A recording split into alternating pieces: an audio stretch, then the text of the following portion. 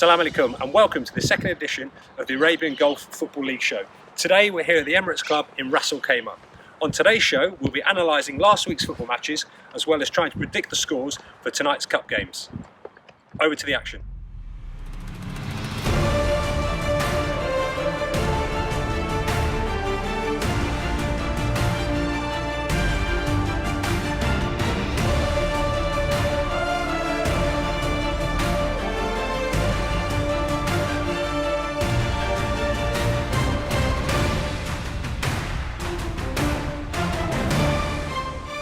Okay, welcome to the action. I know Ian's looking at the first game between, was it Banyas and Ajman? Yeah, Ajman versus Banyas. Ajman have only scored one goal so far this season and conceded 8, where Banyas are free scoring 13 in 5. They have been phenomenal this season, yeah. Banyas. So you expect a bit of a goal fest, but it just didn't happen. The result ended up 0-0. It was a surprise, I tell you. Yeah, it was a surprise. Banyas dominated possession with over 75%. 521 key passes with Ajman only 173. So that tells you alone that Ajman just struggling to keep hold of the ball, struggling to get hold of the ball, whereas Banyas obviously very comfortable possession and moving the ball around very well. Banyas survived the scare in the 33rd minute when Ajman scored a header from a set piece. However, it was ruled offside by VAR. Yes, very unlucky, it was close. João Pedro came very close in the second half. After some terrible defending by the Ajman defence. Ajman players were challenging each other for the ball. The ball's been knocked into the box. 3 or 4 of them have gone for the same ball. All ended up on the floor. To be honest, Ian, they look clueless to me. Yeah, resulting in a collision. Then there was a free header which João Pedro should have scored. As we said before, the defence is poorly organised. There's no communication and discipline from Ajman defence. Well, there wasn't any. A number of squandered chances from Banyas really cost them, and they should have really won. Yeah, I agree. Okay, thanks for that, Ian. Well, let's look at our next highlights. It's an interesting game, a game that I actually commentated on. It's Khor Fakkan versus Shabab Al Ahly. Khor Fakkan remain the only team in the league without a point. They would need a big performance to change that at home against Shabab Al Ahly. 37. Jamil, can he put a good ball? Yes, he can. And there we have. Well, how did he miss that? Goodness me, that was a fantastic opportunity. Plays a lovely through ball. Goodness me, what is number 15? Abdullah Ali. Abdullah Ali, wake up. Played over the top to Heldon. He has time, he has space. What can he do? Puts a lovely cross in, and that's a chance, and it's an own goal. That is a goal. Comes off the defender, goes in for an own goal. What can they do? Another good ball played in, a good header out, good solid header. But it falls to Azar, who heads it back, and he's got into space. That was a chance again. Good bit of defending there from Khor Fakkan. Heldon plays a corner in, and that's a free header and a goal. And guess who it is? Igor Jesus da Cruz. He's red hot, and they leave him unmarked. You can't leave a player of his quality unmarked. Bruno with the corner. Plays a good corner in. That's a header, and is that a goal? Finally! Khor Fakkan have a goal. They breathe a bit of life into this game. Yes, Raphael, well done. Well done. What can they do? Here we go. He's going for goal. Oh, it hits the crossbar. Goodness me, that was close. Plays it to Fauzi. Plays it to Ali. Plays a crossfield ball to Junior. What can he do? He has a bit of space and time. Manages to create some space here. We have a chance, and we have a goal. What a fantastic goal. A beautiful crossfield ball to Junior. Creates himself into gets a bit of space. And what a first time shot from Ricardino. Okay, we have Junior with the ball. He's got a bit of time and space here, and he can run with the ball. He has got pace. Plays a lovely ball there to Ramon, who finds Raphael. Can he score? No! How did he miss that? A good performance and point for Khor Fakkan. Shabab Al Ahly. Okay, guys, what do you think to that? Interesting game. It's a good game. Corsican 2, Shabab Al Ahly 2. This is where the classic cliche comes in. This was a game of two halves. The first half, even though the possession wasn't dominant by one particular team, the possession was 50-50 over the two halves, but the first half, Shabab Al Ahly were by far the better team. But saying that, Corsican did have their chances. And disappointingly, they didn't put them away. Same with Shabab Al Ahly. To be honest, they should have scored more than 2 goals in the first half. And the one player, he called, if you saw there, Abdullah Ali. I mean, he had an open goal and he had a free header and he missed both of them. Anyway, the second half, Corsican scored 2, but you saw it in the first half. It wasn't a nasty game, it wasn't a game with any malice, but there was too many yellow cards for Corsican. I think they were lucky on one of them. He should have been sent off for me, but he wasn't. But the first goal came in Shabab Al Ahly. It was a goal they deserved. It was a deflected goal, but it was a goal they deserved. And the second goal was Igor. He's one of the top scorers, a young 19-year-old from Brazil. But he looks phenomenal. He really does. I think you mentioned him. Robert mentioned him last week. Scored 3, didn't he, last week? Yeah, and it was from I think it was from a corner or a free kick. I can't remember exactly, but you saw the highlights. Nobody was marking him. He was on his own. He had a complete free header. It was really the defending was poor. My good friend told me, Bernard, he texted me, it was clueless, the defending. Yeah. But the second half, Corsican came out with renewed vigour and vim, and they really went for it, and they got the 2 goals they deserved. I really believe they deserved them. And right at the end, you saw there, Raphael, he had one-on-one with the goalkeeper. He could have been the hero.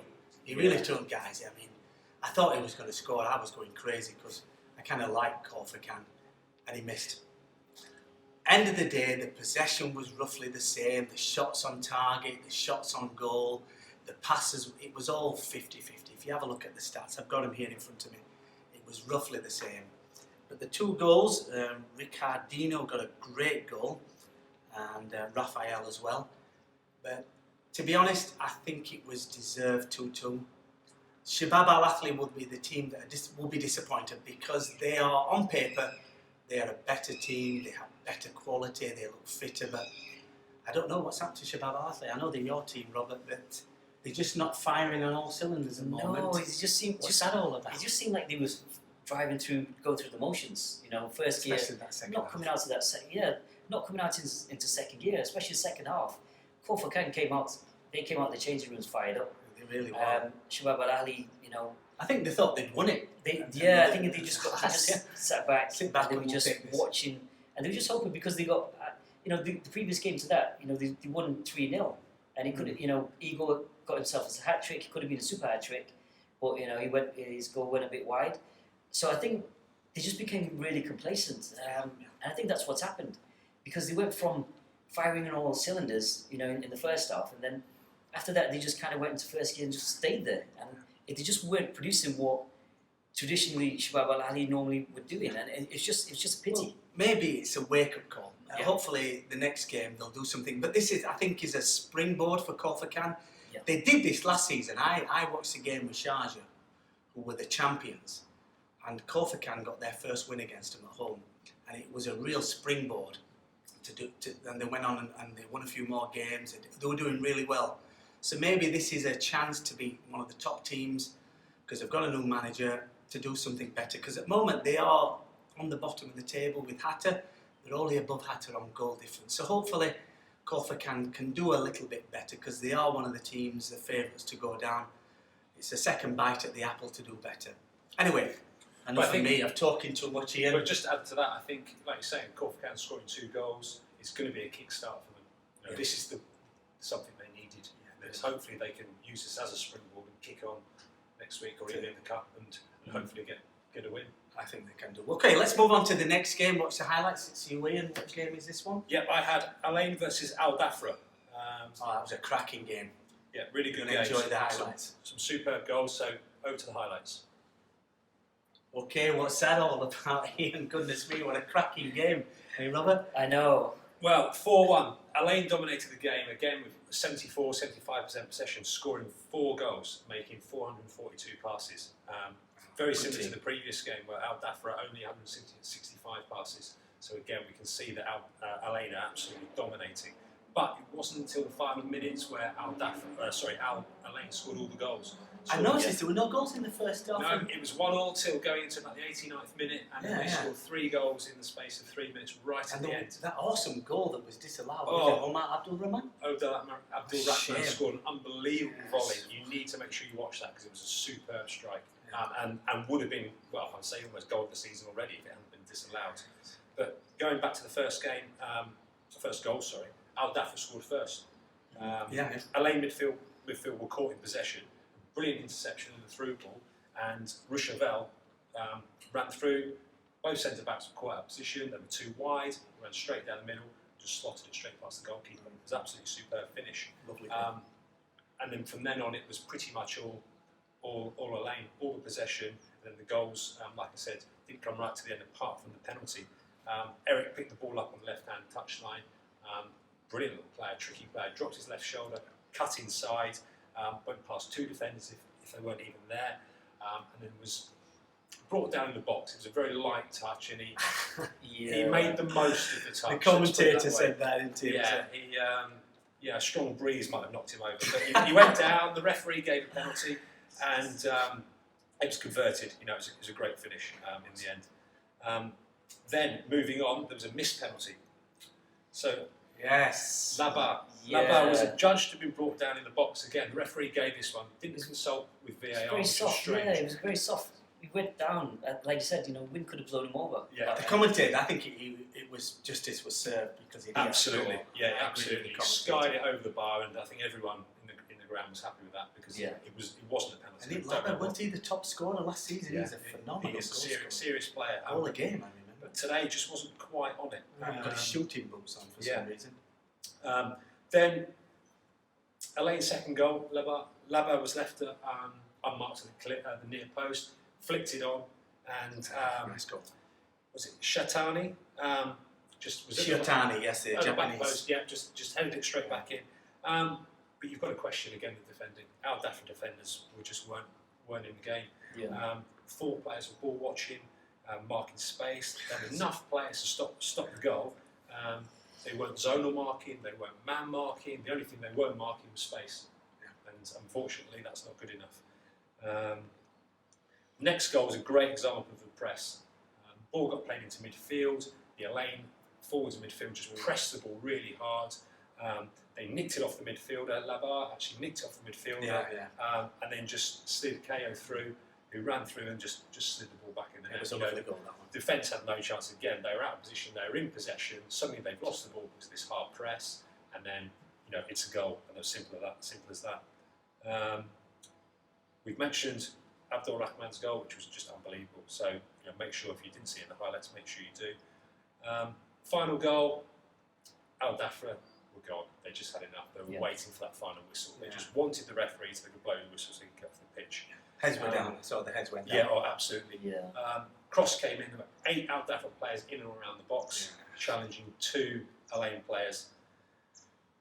KO was allowed a free header. It was a good save from the goalkeeper, but unfortunately he could only parry out. Laba was there. He put the ball back in the net. His deserved goal. Yeah, they just switched off. They'd had enough. I think Alain looked a little bit fitter to me in that last 10 minutes. They wanted it more. Like I said, to put a pressing like that in the last couple of minutes, game. really, really, really good. And they deserved, scoring those late goals, probably they deserved that. And 4-1 was a fair result. What do you think to them for the league this season? You think the team to do it? They look good, but they're not Sharjah. Okay, all right, thank you. That was a good. I keep using this word, synopsis of the game, Ian. Very good. Okay, let's move on to our next highlight, and that's Robert. What's the next highlight? It was the Al Wada versus Al Wasl. Let's watch Al Wada versus Al Wasl then. Enjoy. Okay, tell us about it. That looked an interesting game. It was an interesting game. With Al Wasl being a Dubai team, still my second team in Dubai, I'm slightly more biased towards Al Wasl. I genuinely want to see them do well, but again, they're just not producing. they've got the team. They've got the team on paper. They've got an amazing team. The team looked really good. Figueiredo, is he called? He looks a top player. Yeah, he got Figueiredo. I mean, he's put 2 to the back of the net. So he put them up there. They've got some really good players, but they're just not producing what they should be doing. So what happened? Is that the players' fault? Is that the manager's fault? Can you put your finger on it? I can't really put my finger on it. I mean, the manager's not really one to blame, because when it comes down to it, He's an interim manager. It's interim manager. He's really just kind of like like a key holder as such. It's interim. He's not going to be there permanently. So I don't know if he's really, familiar with where the players should be, who should be playing. Sorry to say this, but he's definitely not the man for the job. If you're an Al Wassel fan, you'll know that. You've probably been saying that already. And he's not. He's just not doing it. He's not doing the business, and you can't really blame him, because once you've assigned the players and the players are on the pitch, the manager really hasn't got any much control. Then he's really got to step back and let the players do it. And if the players are not producing and the players aren't really doing the business, not doing the business while they're on the pitch, then it's going to be a difficult one for them. So what happened there? So I had to put, you got Tim Matas, who's just phenomenal. He's just, he's just the man at the moment. A player to watch for this season. Definitely a player to watch for. His second goal, his goal there, which was the second goal of the match, that's definitely one to look out for. He's just phenomenal. He's just there putting away these goals, banging them away, left, right, and centre. Lucas Pimenta, another key player to look out for as well, and Paul Jose Poku. Again, 3 goals from 3 different players. Al Wassel defence are just not there. They're just not turning up. They're there, and it just seems to be a bit lagging. We were just saying that, Ian and I, earlier, that the defences here seem to be. They don't seem to know there. But for me, you can't put a lot of blame on the players, because if you're saying the manager's there, he's not truly committed, he's not really into it, that's going to rub off on the players, and the players aren't going to perform well. If someone in management, whether it be chairman or the owner, needs to sort that managerial position out. Because he's not the right man for the job, he needs to go, and someone else needs to come in. It's strange, because the Al Wassel manager just left after the first game, and this, what's he called, Salim Rabia, came in. I know he's the first team, the youth coach. He used to be the youth coach, he used to be the under-21s, and he's very strange goings on. I don't know, like I said, he should be familiar with who's playing where, but he's just not, I don't know, He's been there watching from the under-21s. He's there. He should be familiar with who's who and who should be playing where. But he's just not putting the right players in. He's not playing. There's not really much to say really, apart from he should be more familiar with the players. If in comparison to the new coach, when the new coach comes in, he should be more veteran.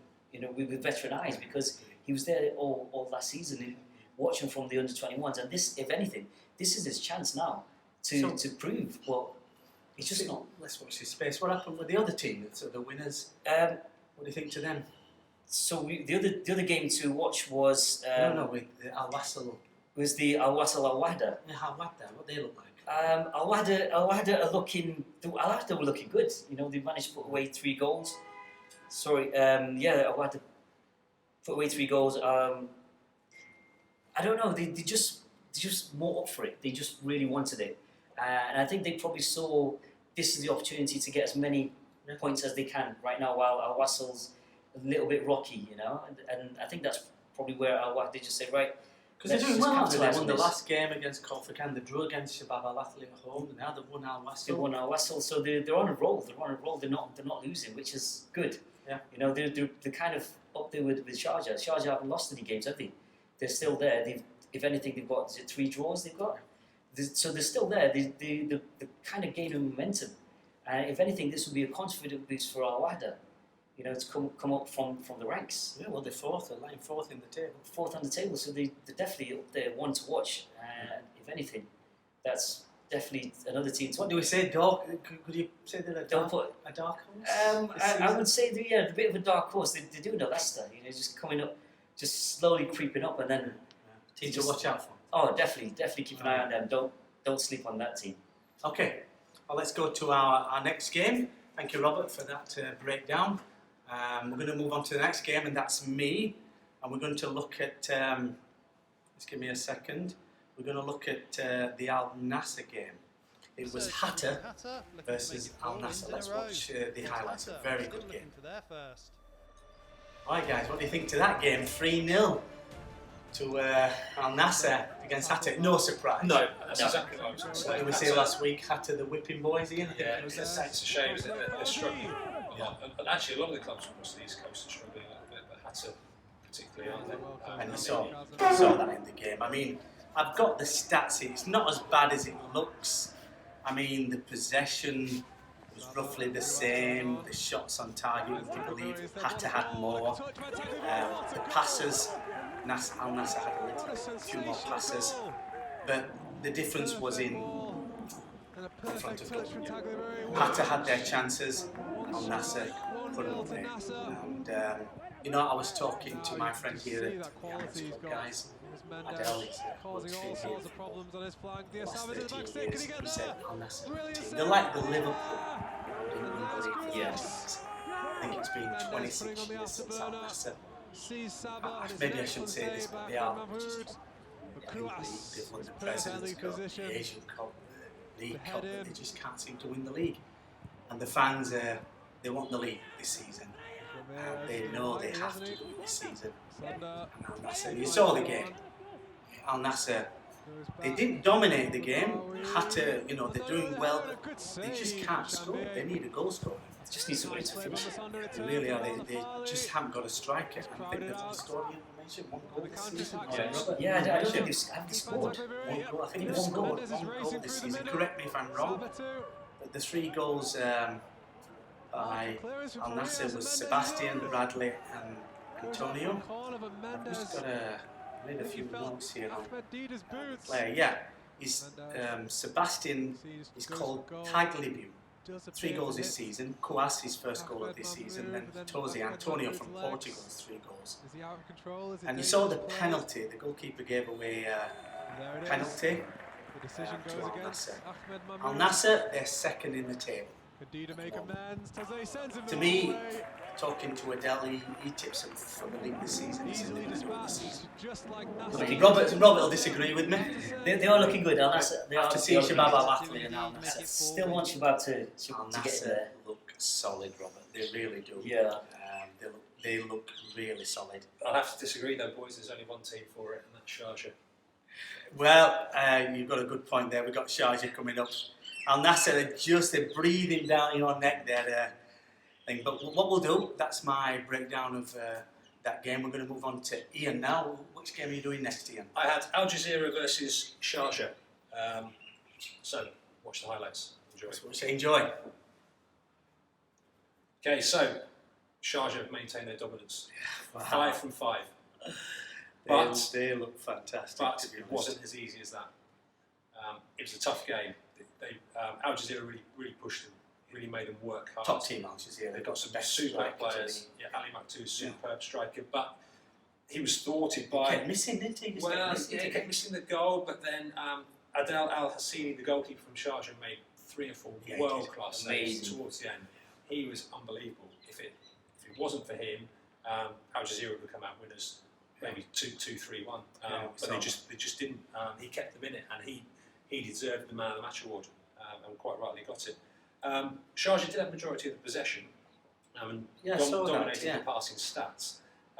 But as we mentioned, Al Jazeera had more of the opportunities, but just couldn't score. A combination of missing the goal and obviously the goalkeeper.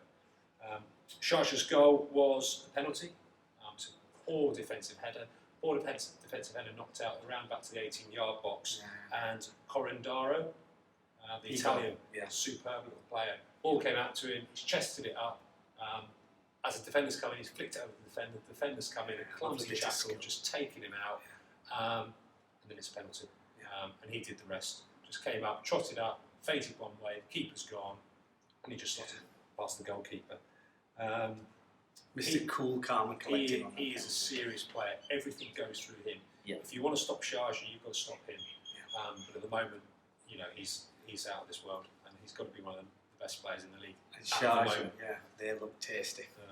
At the moment now, what seems to be the reoccurring right now is defence. Everybody's lacking defence. All the teams seem to be having having problems with What marking so what players. about Sharjah's defence? Would you rate them as a... How did they do They're- at the end? More organised than others, but there's still room for improvement. Over the last 2 weeks, Because Al Jazeera did have the they chances, did have as the you saw in opportunities. the highlights. In the last 2 weeks, I've watched quite a few games, and defensive shape, positioning has been poor across the board from the bottom teams to the top. To the top, yeah. And if I was a manager in any team in this league, they need to be focusing on the shape. They've got to get compact. They've got to get 2 backs of 4. They've got to make it difficult for people to score. Yeah. Majority of the goals the last 2 weeks could have been stopped. There's been some superb strikes, some superb goals, but we didn't have to get to that stage. Yeah. So there was opportunities to stop that happening. But I mean, it's good for us. It's making the Oh, league absolutely. interesting It's good to watch. Make it easy for us to analyse the games. But as an ex-goalkeeper, I want to see my defence being sorted. But Yeah. like I said, it's great to watch. And Sharjah, 5 from 5. Okay, thanks, Ian. A good breakdown. Very good. Okay, let's move on to our next game, the highlights. Which one is it, Robert? So we're the next highlights are we're looking at Cowboy versus Fujira. Enjoy. Wow, what do you think to that? So That was yeah, a tight game, a tight decision there. it was a Goodness tight me. game. It was. I mean, it could have ended up 0-0, or it could have been 1-1. It could have gone either way. I thought it would have been 1-0. It could have been 1-1. Fujira had Fujira had what? Nine corners. Had about 9 corners altogether, yeah. And they could have done it. It's just, I think Fujira's a team that needs somebody to finish. Again, a bit like Hatta. Again, a bit like Hatta. They just need somebody to put the ball to the back of the net. That's what's missing right now. There's just nobody there to finish. So To the finish it crazy off. chances, but can't get it in the back of the net. That's it. There's just But nobody these- to finish. But these are why these two teams are at the bottom, Robert, down there in It the is. relegation battle. They need somebody to put the ball at the back of the net, and they need some good defenders. Yeah. That's why, like you said, the battling for relegation, if anything, to say anything, it's just right at the bottom. They But just need. The Italian player, Mariani, what a good goal. What do you say It about was that? New player just signed. New this player season. just signed. Yeah. He's just. He took it well, didn't he? Oh, he took it well for the new guy on the block. He's really, for the new player, he's gelled really well. He knew what he was doing. The team seemed to be focused on him. I think that's another thing that you notice here is, with yourself, Ian, being an ex-goalkeeper, you can see that it was a case of let's pass it to the new guy. Let's see what he can do. Let's see if he can actually produce. Whereas the team don't seem to be really up for it. They just don't seem to have that passion anymore. Well, you saw the game. What do you think about the game, Robert, itself? Was it a good game to watch? Not really. To be It was a typical relegation. Yeah, it's a both typical. a bit cagey, nervous. Yeah, both of them were struggling. Both of them didn't seem to have it in them. They didn't really want it. As a spectator, as a commentator, you'd want more. You'd want the team to be a bit more passionate. Right now they're not. The focus isn't really on the game. The focus is really kind of let's just see what we can do. Let's not let any goals in. Instead of going out there and saying, right guys, we need to put away 2-3 goals and then we can sit back. So it was 1-0 to Cal. It could have been 1, but what about the defence? We've just been talking about the other teams. What were the defences like? The defence were neither there. Nobody turned up for the game. I honestly, if I was the manager, my structure, not Very harsh as a teacher as well. Very I'm a harsh. teacher. From a teacher's perspective, if I was the manager, I'd be focusing on making sure that your defence is a bit more solid. The shape needs to be there, and focus on your defence and focus on your goal scorers. Because right now the opportunities. But that Magellan looks good. I've seen him scoring 3 goals, 2 in the cup, and He's he just looks good. But he's not getting the ball. He's just not is he? getting the ball. He's just not. He could have scored from the corners, but it's just not there. It's just not doing it at the moment. And at the moment now, it's hard to say because they could have produced some really nice goals, a lot of opportunities that presented themselves. It's just both sides just didn't have the right man to finish to finish it.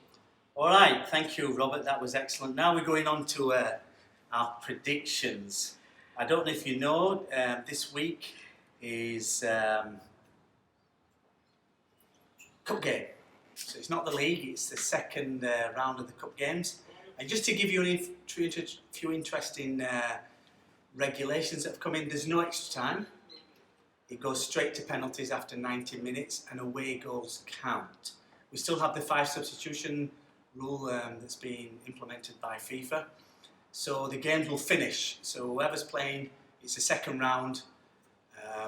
So whoever played away will play at home this game. So it's going to be interesting. So we've got a breakdown. Ian, would you like to go first? What's your prediction? Who have you got? I'm just looking. Ian. You'll just have to remind me. Oh, Ian. Okay, Ian, your prediction. Banyas, because you watched Banyas against Hatter, the Whipping Boys. I mean, this is a cup game, which is slightly different, because I saw Calba beat Al Jazeera comfortably. Yeah. But, I just don't think Hatter have got what it takes. Banyas are too strong. They played well in the last game. It's going to be Banyas 4 or 5-0. Really good. Are you listening? 4 to 5-0. Okay, and the other game you've got, Ian, because you watched Ajman. You did watch Ajman game. Ajman, who were struggling as well, and against Fujira, who were struggling. What do you think to this? But it is a cup game. It's a tough game, isn't it? You know, like you said, the shackles are released from the league. There's perhaps a little bit less pressure. People can go out and perform. They might have a couple of different players in the league. In the team, trying to prove a point. So I think it could go either way. I think it's going to be a draw. I think this might go to penalties, and Interesting. I'm going to go for Fujira. Fujira are going to win on penalties. Okay, watch out for that one. Robert, let's move on to you. You've got, you watched the Calba game, you saw them, but I saw the first cup game and Calba won. Pala scored 2 lovely goals. So Al Jazeera, Do you think they're going to do versus turn Calba. around? This is a cup game. I don't know, it's a cup game, and they did really well. I mean, it all depends on who Al Jazeera are going to put up to play. Yeah, they only play the second team. If they play the second team, then Calba could actually win this one. Move on to the next round. If Al Jazeera put the first team on, it could go in their favour. So I'd probably go with a draw, to be honest, and then that will probably lead on to the penalties. And the penalties, then, it's a 50-50. It's anybody's. Well, give us a prediction, Robert. Come on, I'm going to have to commit you. I need Right, it. so who have they got? If it went to penalties, I'd definitely say Cowboy are going to win this one. Yeah. Cowboy got some good. If it doesn't, I'd probably say both teams are.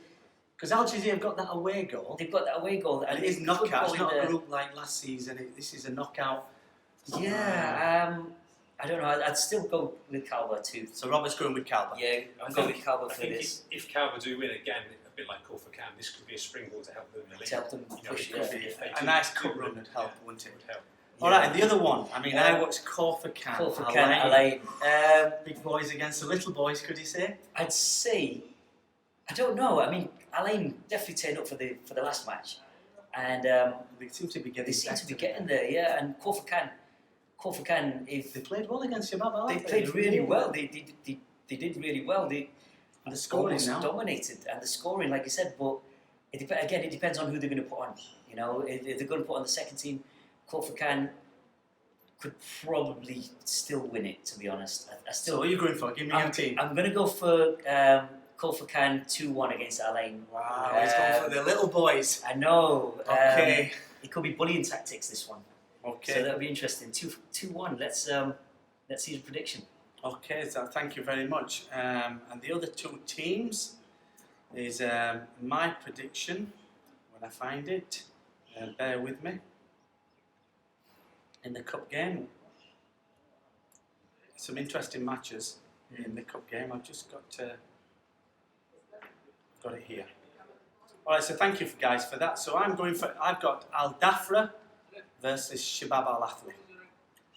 Shabab Al Ahly all day. I'm going to go for Shabab Al Ahly. Al Dafra are struggling at the moment. I don't know why. They're a good team. They're a team from Abu Dhabi, and this is a team from Dubai. So there's a little bit of rivalry there. But I'm going to go for a comfortable, because they drew the first game. I'm going to go for a comfortable win for Shabab Al Ahly. I really do think they like the cup games. They've been in the final the last 2 seasons, and so I'm going to go for Shabab Al Ahly. Give us a score though. Yeah. 2-0. 2-0. 2-0. Easy. Okay. Al Dafra struggling with scoring as well. Al Wasl against Al Wahda. Well, that should be a cracking game. Al Wasl at home are playing better, and it's a team a bit like Robert. They're a team that I like. I've got some good friends who work there. So I'm going to go for an Al Wasl win, and they'll go through to the next round. So that's my prediction. So watch this space. Anything else, guys? I think that wraps it up for our show. So remember a few things, Robert, to ring the bell. Yeah, make sure, guys, for all the insights, all the inside information, follow us, click, ring the bell, for all the highlights, all the inside info, all the goss. This is where you're going to get it from. And the predictions. So, what are your predictions? Yeah, we'd like to hear from you as well. Get your predictions against us. And what do you think, Ian? I think just make sure you download, make sure you get on YouTube, in the comments box, type what you'd like to see. If there are any clubs you'd like us to visit, we're here at obviously the Emirates Club today. If there's anywhere else, if you'd like us to come to your club, let us know and we'll be there. And finally, don't forget, this is only our second time together. We will get better. We do watch the games, we do love the UAE Pro League here, and so bear with us. We will get better and better as time goes on. We're pretty new at this thing, so if you've got any advice, give us a few tips and tricks on how to do this better. Our ears are big, we want to listen. Alright, thanks for watching, guys. Thanks. Right. Okay, thanks a lot. Thanks very much. Masalam. Right, guys, in case you're wondering where we are, this is what is called the Majlis room. This is where a lot of important decisions regarding the club is normally made. So you can see here, it's got a lovely seating area and some really nice murals. So basically what we're going to do today is I'm going to talk a little bit about Al Wasl. Al Wasl literally translated in Arabic means national, okay, in Arabic. So even though they've only got 3 national players, including left winger Ali Saleh, the golden boy of AGL 2018-2019, he's certainly definitely one to look out for at the up-and-coming FIFA World Cup 2022. That's going to be an interesting one. The thing about Al Wasl was, it's not one of the oldest teams and it's not one of the newer teams either. Al Wasl was established in 1972, so that's about 48 years ago, if my maths is correct. And so far they've gone on to win about 25 titles. That includes 7 club league titles, 9 UAE President Cups, and they've won 4 UAE Super Club titles, and they've won 1 Emirati Moroccan Super Cup. So I would put them up there in the bracket, kind of like top of the table, top of the league, as one of the more successful clubs in the UAE. They're currently playing down at the Maktoum Stadium, and that holds about 12,000 people. So that's a nice space to be playing. And the chairman is Sheikh Hamdan bin Mohammed Al Maktoum. I'm sure you're all familiar with Sheikh Mohammed. And here's an interesting fact for you. The team was once managed back in 2011 by the Argentinian legend Diego Maradona. Even though I've got a lot of respect for him now, and he's done a lot of good for football, but back in 1986 I wasn't happy with him at all. A lot of people went, and that's one thing I could say about football now is your opinions change.